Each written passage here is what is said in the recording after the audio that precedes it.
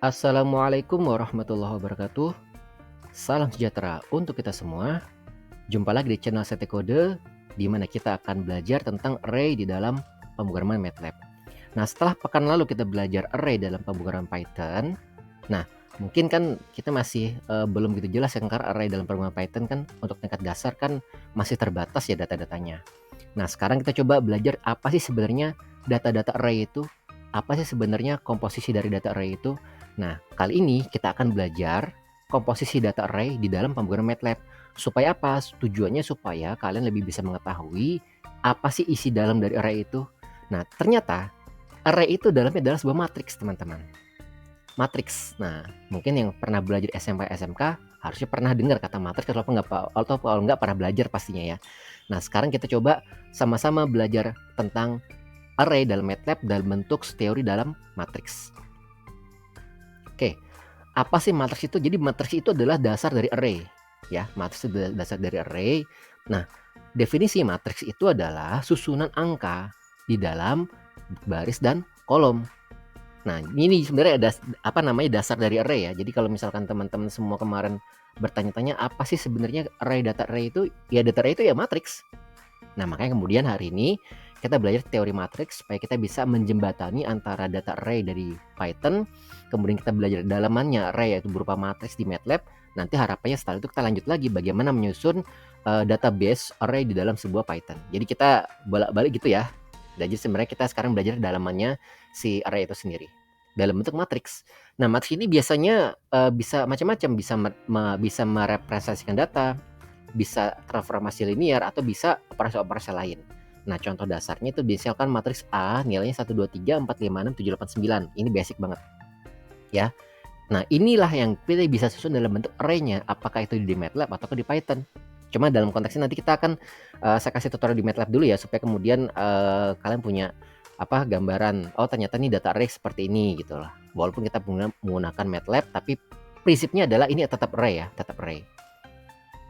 Oke, lanjut. Apa saja sih elemen-elemen dalam matriks? Ada elemen.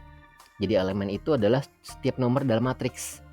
Ada baris ya, baris itu yang horizontal, kolom itu yang vertikal, dan matriks notasi itu biasanya dinamakan AIJ, artinya I itu adalah baris, J adalah kolom, AIJ. Jadi kalau A34 berarti matriks A punya 3 baris dan 4 kolom. Lanjut.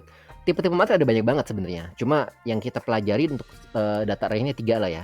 Ada square matrix, artinya matriks yang punya jumlah baris dan kolom yang sama. Yang kedua matriks identitas, di mana matriks identitas itu elemen diagonal utamanya adalah bernilai 1. Seperti kalau kita lihat di sini di matriks 2x2 1 0 0 1, atau di matriks 3x3 1 0 0 0 1 0 0 0 0 1, di mana diagonal utama bernilai 1. Dan terakhir ada zero matrix ya, semua nilai 0. Oke. Nah, karena array ini perlu kita tambahkan atau perlu kita modifikasi, makanya biasanya kita belajar namanya operasi dasar dari matriks macam-macam. Tapi yang paling umum aja deh, yang ada tambah-tambahan, misalkan A plus B kayak gitu ya. Kemudian J kurang K, ada A kali B ya. Ini basic dari perkalian, pengurangan, dan penambahan matriks. Nah, ada lagi operasi lain adalah determinan matriks. Nah, determinan matriks ini sebenarnya adalah untuk mendapatkan nilai apa ya? Kalau saya bahasa gampangnya adalah kita ingin mengetahui hasil operasi determinan dari sebuah matriks itu dengan cara seperti ini misalkan. Jadi pengurangan seperti ini tadi. Determinan 1, 2, 3, 4 bisa 1 kali 4 dikurangi 2 kali 3. Jadi dapat minus 2. Minus 2 ini apa? Adalah nilai determinan dari matriks 1, 2, 3, 4. Kalau 3 kali 3 gimana? Ya agak panjang sedikit sih. Nih kayak gini caranya ya. Ini nanti Anda bisa pelajari sendiri, karena sebenarnya basically ini udah pernah dipelajari harusnya ya. Tetapi kan kita nggak ngitung matriks secara manual, kita ngitung matriksnya menggunakan MATLAB kan. Jadi nanti sebenarnya ini lebih kepada untuk menjembatani aja antara teori sama hasil simulasi di MATLAB. Oke.